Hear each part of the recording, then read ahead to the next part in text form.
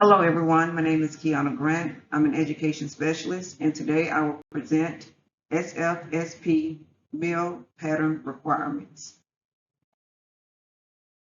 In this presentation, I will talk about meal services by site type, meal pattern components, meal service styles, methods for providing meals, non-reimbursable meals, food safety, health and sanitation, and meal delivery. How many meals may I serve? Open and closed enrolled sites may serve up to 2 meals or 1 meal and 1 snack each day. Lunch and supper cannot be served. Non-profit camps, residential and non-residential, may serve up to 3 meals each day or 2 meals and 1 snack only to eligible children as determined by the IEF. Migrant sites may serve up to 3 meals or 2 meals and 1 snack each day as determined. That site serves majority of migrant children documented by migrant organization.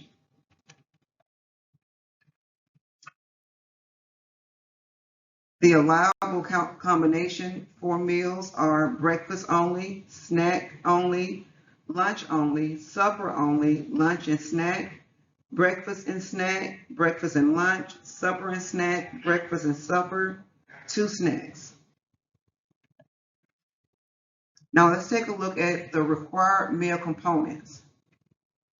Breakfast must contain 1 serving of flavored, unflavored milk, 1 serving of a fruit, vegetable, or full-strength 100% fruit vegetable juice, 1 serving of grain or bread, an optional serving of meat or meat alternate. Lunch or supper must contain 1 serving of flavored, unflavored milk, 2 or more servings of vegetables and or fruit, 1 serving of grain or bread, 1 serving of meat or meat alternate. Snack must contain 2 of any of the 4 components.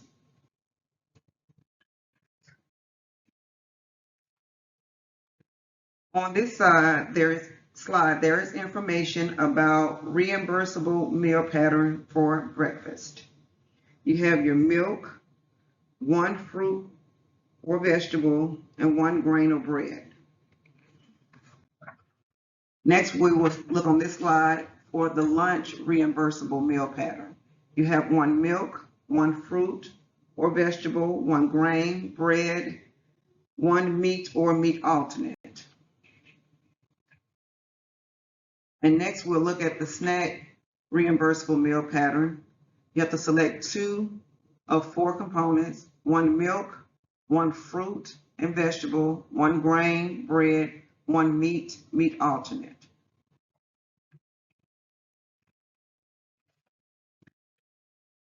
Here is a chart that gives examples of allowable food items, and I'll just name a few. In the milk category, allowable food items we have is unflavored or flavored whole milk, reduced milk, low-fat milk. For grains, we have whole grain, whole wheat bagels, bread, brown rice, oatmeal. For your meat alternate, we have chicken, fish, and eggs.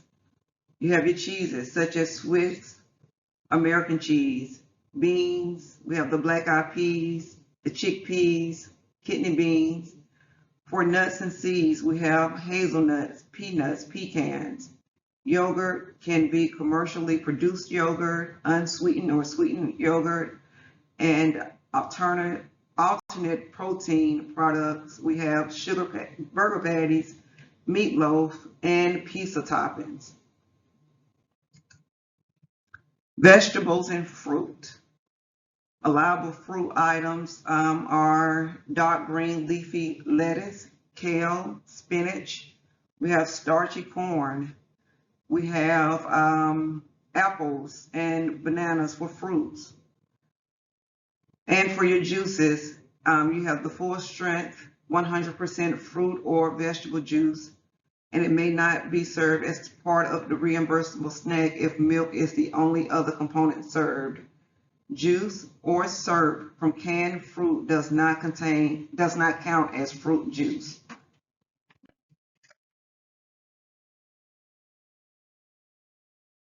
And here's a list of summer food service meal pattern for children. Listed is the breakfast option, lunch, supper option, and you have the snack option. And here's just an example of a summer food service program meal plan. Meal pattern requirements. All children must be served the same meal. Meals must be consumed on site. Children must be served and take all components except during OVS. Child may take only one piece of whole fruit, vegetable, or grain off-site. Food must remain at correct temperatures. Make arrangements for inclement weather, and serve meals on time and adhere to online application. So if there are any changes in your schedule and time to distribute the food, please make sure revisions are made to your online application. Meal service style. How are the meals served? You have unitized meals, offer versus serve, family meal, and field trip. Again, if you go on a field trip, be sure to indicate that in your online application. Now let's take a look at offer versus serve, also known as OVS. OVS may help sponsors reduce food waste. Who is eligible? School sponsors. How many components are served? All food components and the required serving sizes may be offered. One component at breakfast and up to two at lunch, supper may be declined. So a participant can decline one food component at breakfast and up to two food components at lunch and supper. Meal pattern adjustments. Dietary substitutions may only be made with a statement from a medical authority. A parental note would not satisfy the substitution. Prior approval must be obtained for participants under 1 year of age. Additional food may always be served. With state agency approval, children under 6 may be served smaller meals. Local foods support local farmers.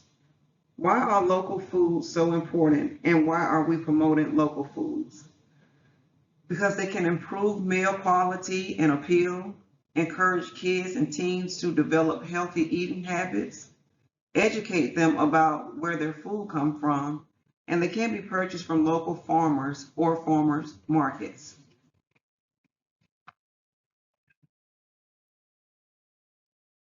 Meal service times. You must adhere to meal service times in the SFSP online application. Again, if your meal service time changes, please revise that in the online application. The duration of meal service shall be limited to 2 hours for lunch, supper, and 1 hour for all other meals. At least 1 hour must elapse between the beginning of one meal service and the beginning of another. Delivered meals must be served within an hour or stored properly at the correct temperatures.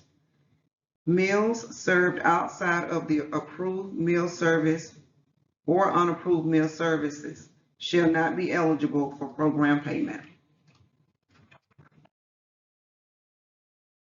Now let's take a look at meal forms. Menus are mandatory. You may use our menus, or you can use a menu that your organization has developed to document the meals that you are providing. Your meal count forms are mandatory. Open sites may use the link meal counter. The closed enrolled residential count site must use weekly rosters for closed enrolled sites, the electronic form. And the electronic version of this form is located on the Break for a Plate website. If you have any issues with locating this form, please contact your education specialist. Meal delivery ticket. If you have a food service management contract or vended meals, you must obtain delivery tickets. Timesheets. Timesheets are mandatory if you pay your employees to conduct duties with the summer food program. Purchase invoices and receipts. If you purchase food and non-food product that meets the allowable criteria for SFSP, then you would need to keep track and records of those invoices and receipts. Production records or documented records of amounts served. Your production records must mimic your menus. The production record is simply the menu that details what and how much was used. If your menu changed, you need to change your production records. Leftover meals or components. What to do with my extra meals? You can offer second meals, transferring meals, share table, which is the most popular option. If you have leftovers, just have a sharing table, which allows the children to come and select the component they want. Storing leftover components, and you can donate the food.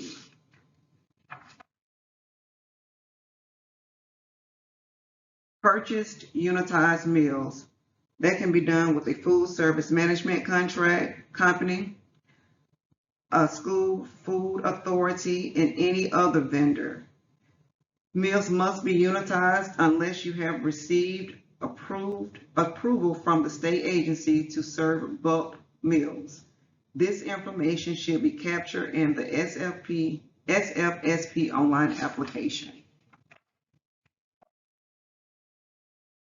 USDA food eligible sponsors. Here are a list of eligible sponsors for USDA foods. We have the self-prep sponsors, sponsors purchasing meals from a school food authority, SFA sponsors that use the same food service management company that provides their food for NSLP and special breakfast program meals. Examples of non-reimbursable meals: not served as a complete unit, served at unapproved sites, times or dates, consumed off-site, spoiled or damaged, served in excess of approved level of meals service, served to adults, leftover, and test meals.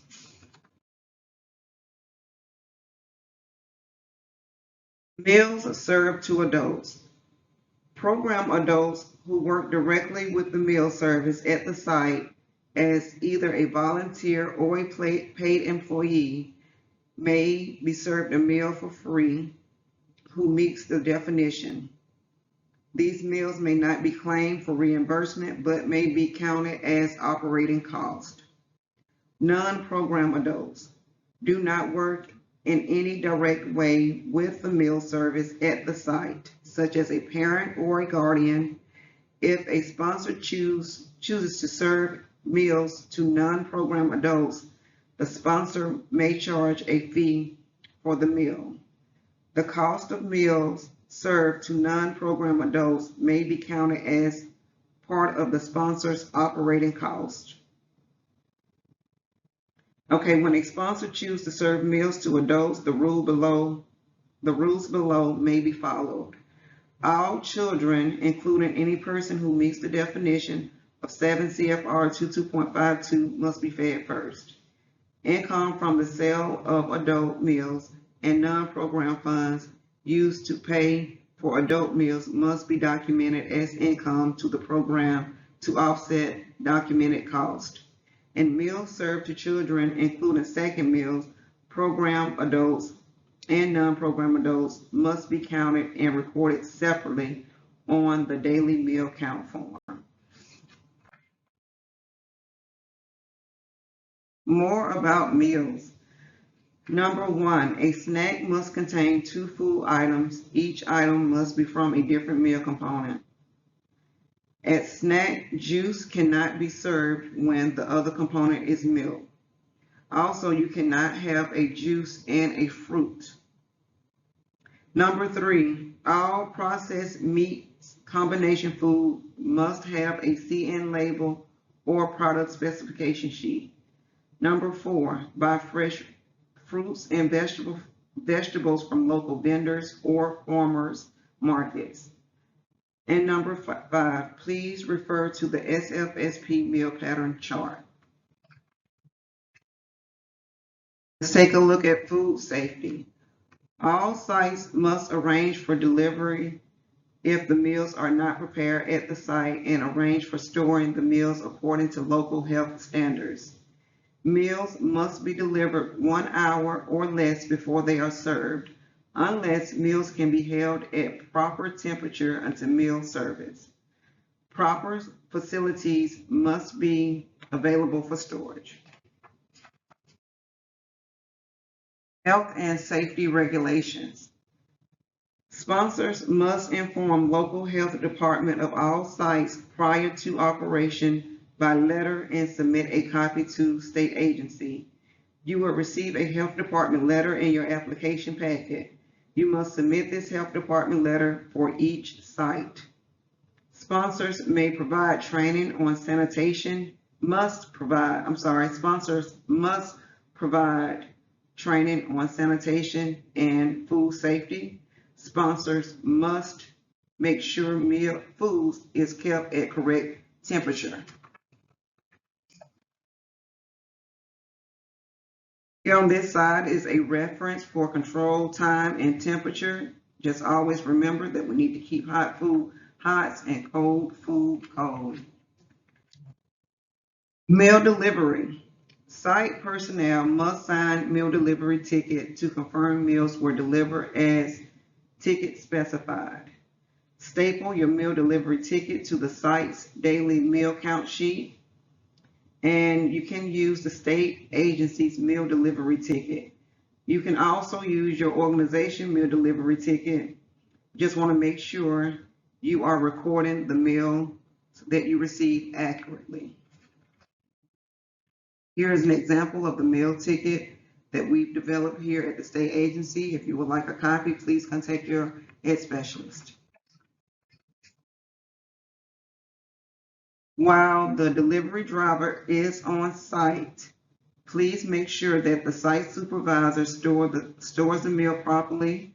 The site supervisor complete a meal delivery ticket. The site supervisor and the delivery driver must sign the meal delivery ticket and notify the sponsor of any meal deficiency. And here's a summary of everything that we talked about. We have to serve the right meal components.